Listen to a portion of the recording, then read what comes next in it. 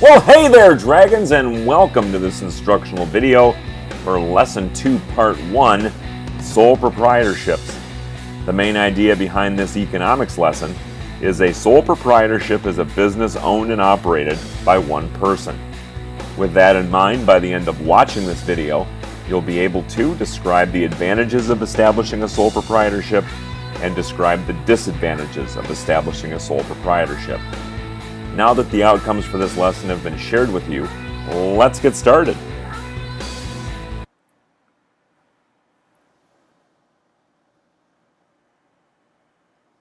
Suppose that you decide to start a weekend house cleaning business. You must determine which type of organization will best suit your needs. If you alone will own and control the house cleaning service, your business may be a sole proprietorship. A sole proprietorship is a business owned and operated by one person.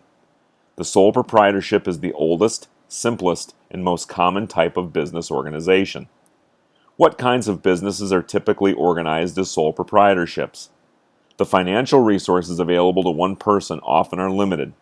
As a result, sole proprietorships generally tend to be enterprises that require small amounts of financial capital or money to start and operate. Many lawyers, plumbers, carpenters, hairstylists, florists, and farmers are sole proprietors.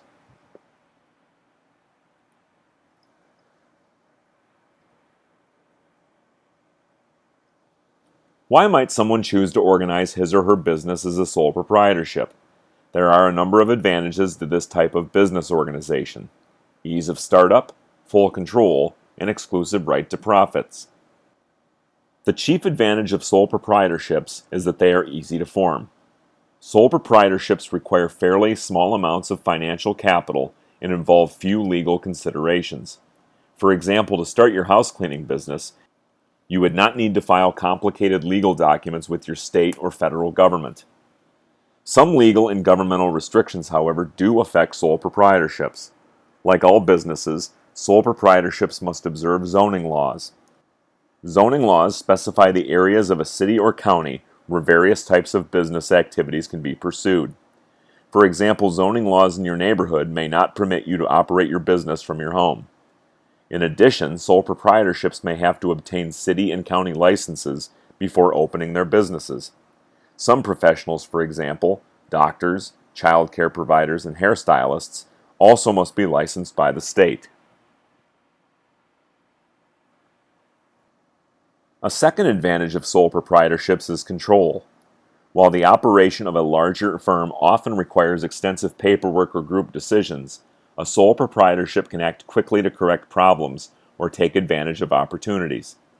If you want to hire more workers so that you can clean more houses, for example, you can expand your staff right away. Similarly, if few people in your neighborhood want to pay for house cleaning services, you can reduce your staff without the complicated procedures experienced by larger firms. This control gives sole proprietors a high degree of personal satisfaction. If your house cleaning business succeeds, you will know that you earned that success through your own efforts, because you alone run the business. A sole proprietorship thus can be rewarding both personally and financially. Another advantage of sole proprietorships is that the owner keeps all of the profits. In fact, for many people, profit is the main reason for starting a business. Will you make a fortune from your house cleaning business? Perhaps not. In some cases, however, people who started out as small proprietors have made huge fortunes. This possibility of wealth is at the heart of the free enterprise system.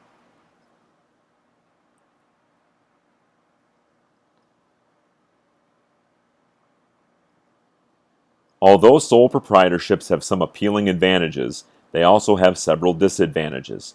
Sole proprietors face unlimited liability, sole responsibility, limited growth potential, and lack of longevity. According to the law, sole proprietors personally are responsible for all business debts. This responsibility for debt is called liability. Suppose that you borrow money to publicize your house cleaning business. If the publicity fails and your company cannot repay the loan, you as a sole proprietor must make the payments, even if that means selling personal property that belongs to you as an individual rather than to the business. A second disadvantage of sole proprietorships is the owner is responsible for all aspects of running the business. What does this mean for your house cleaning business? You will have to be a market analyst, advertiser, accountant, and cleaner, at least until you're able to hire others to fill some of these jobs.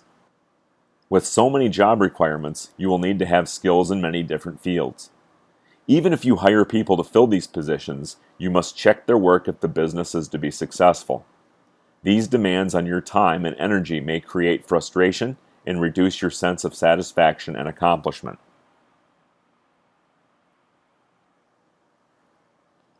A third disadvantage of sole proprietorships is the limited potential for growth.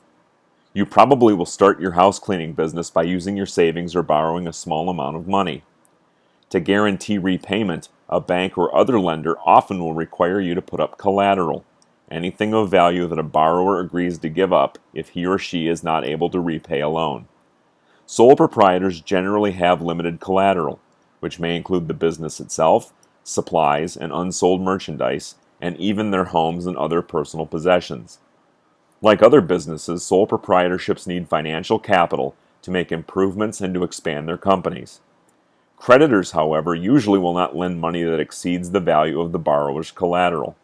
In other words, if your business and all your personal possessions are already serving as collateral for existing loans, you probably will have trouble finding more credit to expand your business. To increase your credit, you will have to increase your collateral, a difficult task if you cannot expand your business. Thus, because most owners have limited collateral, sole proprietorships often have a limited potential for growth. A final disadvantage of sole proprietorships is lack of longevity. Longevity is the length of a firm's life, or the amount of time the business operates. Because sole proprietorships depend on the health, commitment, and competence of one person, they often have a shorter lifespan than other types of business organizations. For example, your house cleaning service may fail if you become sick or lose interest in that enterprise. Because a sole proprietorship depends on one person, the risk of failure is very great.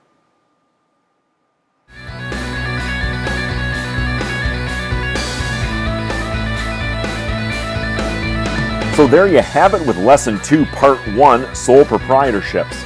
By this point, you should know that the most common form of business organization is the sole proprietorship, and while the advantages of sole proprietorships outnumber the advantages to sole proprietors appear to outweigh the disadvantages.